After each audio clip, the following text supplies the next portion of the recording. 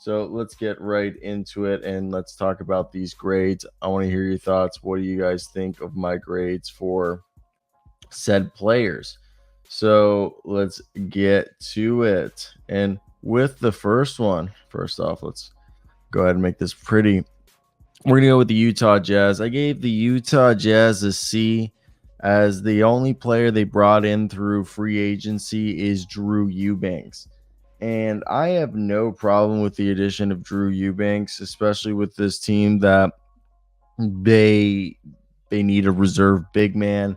And Drew Eubanks, 27 years old. The man's went to Oregon State, and he's at this point played for the Spurs, played for the Blazers, Suns, now on the Utah Jazz. I just think they get themselves a really level-headed big man that he's not going to knock your socks off or anything by that means, but he's got a solid feel for the game. He's going to come in. He's 6'9", 250.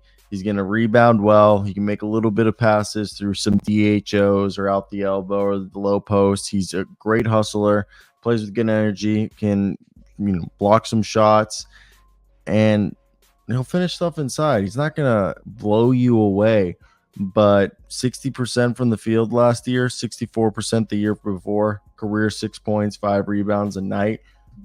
Pretty solid for a team that I think last year, John Collins, Walker Kessler, Lauri Markkanen, it was cool. It wasn't as smooth as people were hoping it was going to be. In part, I think this is why they went out and they got themselves, I think, a really good reserve big man. And that's the thing. Drew Eubanks, I think, is one of the better backup big mans in the NBA.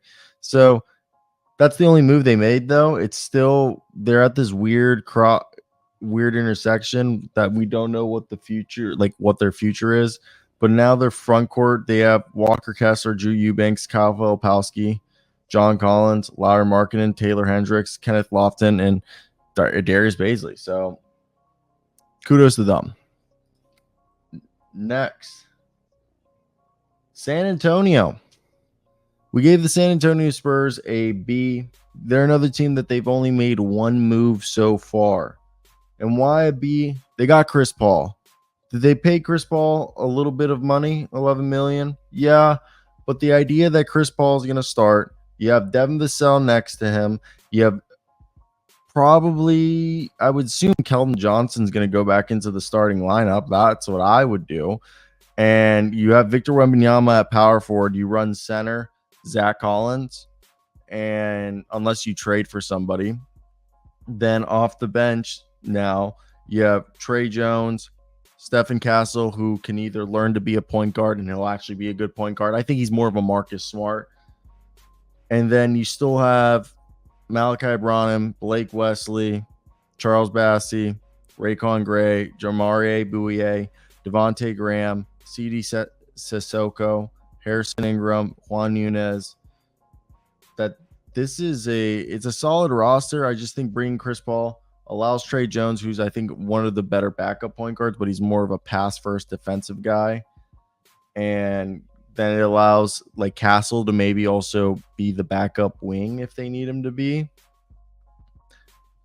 I think there's still a move to be made for the Spurs, either via trade or through free agency. I gave the Suns a B+. I feel like for a team that had to go into the bargain bin, everybody who's been following the channel all the latter half of the season, like once we start doing our off-season predictions and our off-season videos, you guys knew, first off, my girlfriend's favorite player is Mason Plumlee. But I thought Mason Plumlee was a big that teams were, if you're a contending team that wanted to go buy a big of committees, he was going to be someone that you were going to be able to get for a bargain. $3.3 million salary this season, solid. You go out and get Monte Morris, who was on a team that made it to the conference finals.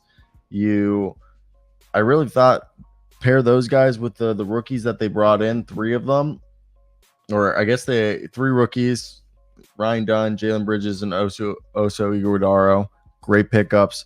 And then you have Colin Gillespie, who they brought in a 2-way. And if he stays healthy and if they need to elevate, he's solid. I think this is a team that now You'd assume maybe Monte starts unless they're going to continue to run Beal and Booker, then Grayson Allen, Durant, Nurkic. And then if Monte doesn't start, and like I said, the Beal Booker, you have the Morris, Nazir Little, Royce O'Neal, Bol, Mason Plumlee, David Roddy, and Ryan Dunn off the bench before you get to the rookies. And Colin Gillespie, I think that's a pretty solid team right there. I would not complain about that one if I were a Phoenix Suns fan. That's why I gave them a B+. Good pickups, even though there's just two. We talked about it before. Philadelphia so far are one of the winners of free agency. They've built a squad. Tyrese Maxey, Kelly Oubre, Paul George. I know they don't really have a starting power forward yet. It's Paul Reed, unless they're really confident in Paul Reed. Then Joel Embiid. They have Andre Drummond as the backup, Eric Gordon as kind of like the sixth man. They have Ricky Council as a backup wing, and Jared McCain as a backup shooting guard, and then Adem Bona as another backup big. They still got some moves that they got to go figure out, but right now they got their starting lineup. They have their like 7 or 8 man rotation, and really solid, really solid. And they still have money to spend. Orlando, they had money to spend, and I think they spent it wisely. They didn't go out and they didn't overspend. They didn't play their hand.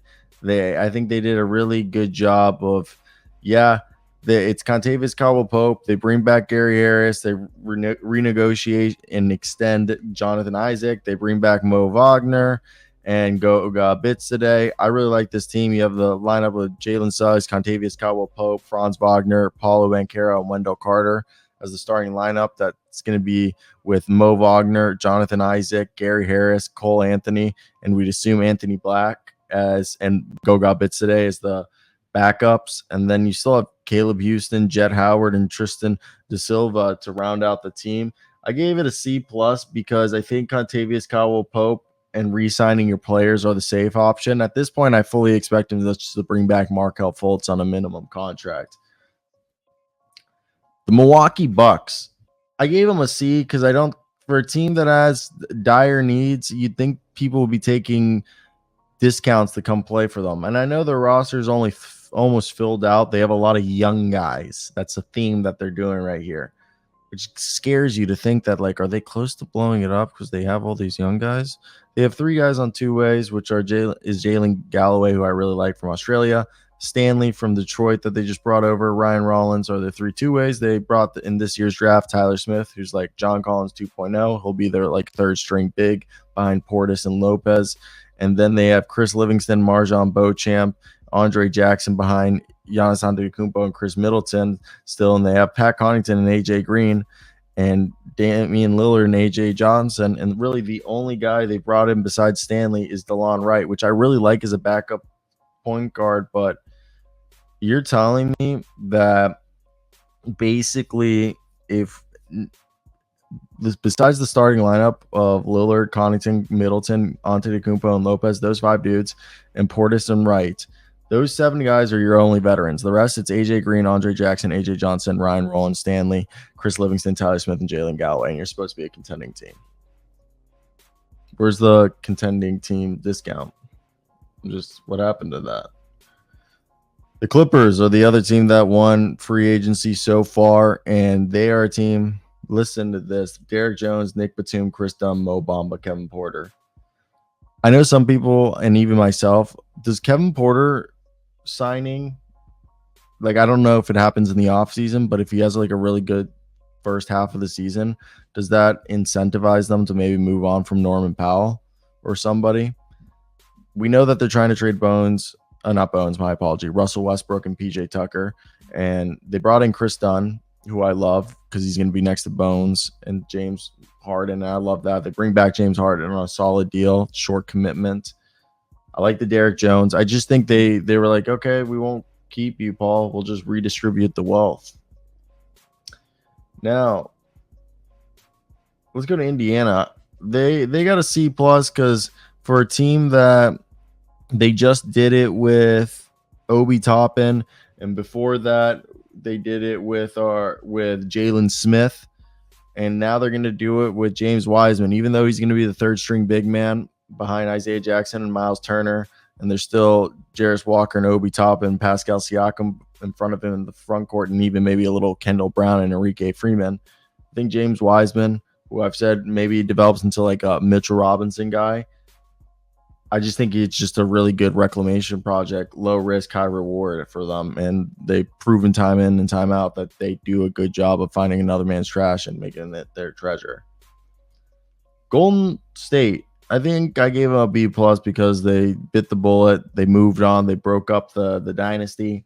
And they brought in DeAnthony Milton and Kyle Anderson. They got themselves some size in the front court with a combo forward who can even be, I guess, a small ball big, but I wouldn't really do it.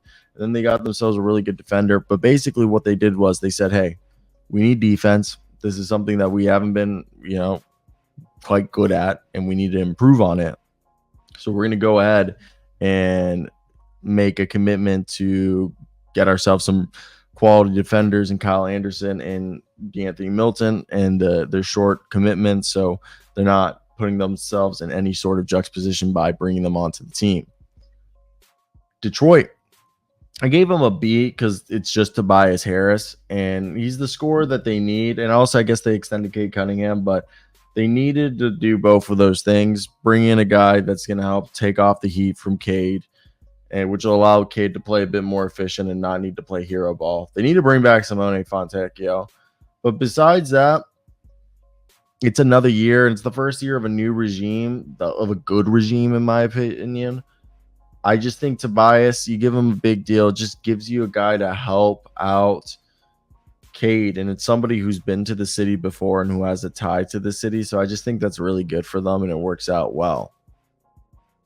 Dallas, the other winners of free agency, Klay Thompson, Naji Marshall, and Quinn Grimes. They said, okay, Derrick Jones, we'll replace you with Naji Marshall. Solid pickup. Pretty solid, like jack of all trades, defensive guy. He can handle the rock a little bit. He can defend. He's not the best three-point shooter, but he'll jack him up, and he can play multiple positions. They bring in, I know Quinn Grimes was a trade, so it wasn't free agency, but I just like that. I wanted to mention it. And then obviously the cherry on top was Klay Thompson. For a team that just made it to the finals, yeah, they lost 4-1, but they made the moves for a team that is hungry to get back. Chicago, I gave him C plus because I really like the Jalen Smith pickup. Same thing with Josh Giddey, but Jalen Smith, I thought it was a cheap deal. A guy who is a really good microwave front court player who still has some potential, but even if it doesn't, if he's still the same guy that he is right now, he's just a guy who comes in, puts up 3-pointers, blocks, protects the rim, and grabs rebounds. And for even if they still want to compete as a playoff team or if they want to rebuild, either direction, he fits that because he can either be a guy who's a bridge player for a rebuilding team, or if they're a team that they still want to compete for the playoffs, he's a guy who can come off the bench or be a spot starter. I like it. Boston, we gave him an A, even though they didn't sign anybody. They just re-signed all their dudes, and they wanted the championship. So I feel like that's what a championship contender should be doing, in my opinion.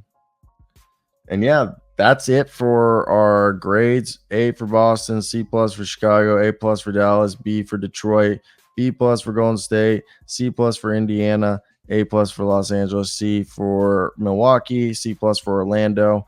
Philadelphia gets A plus, Phoenix gets B plus, San Antonio gets a B, Utah gets a C, and that is it. Let me hear your thoughts in the comments about that one.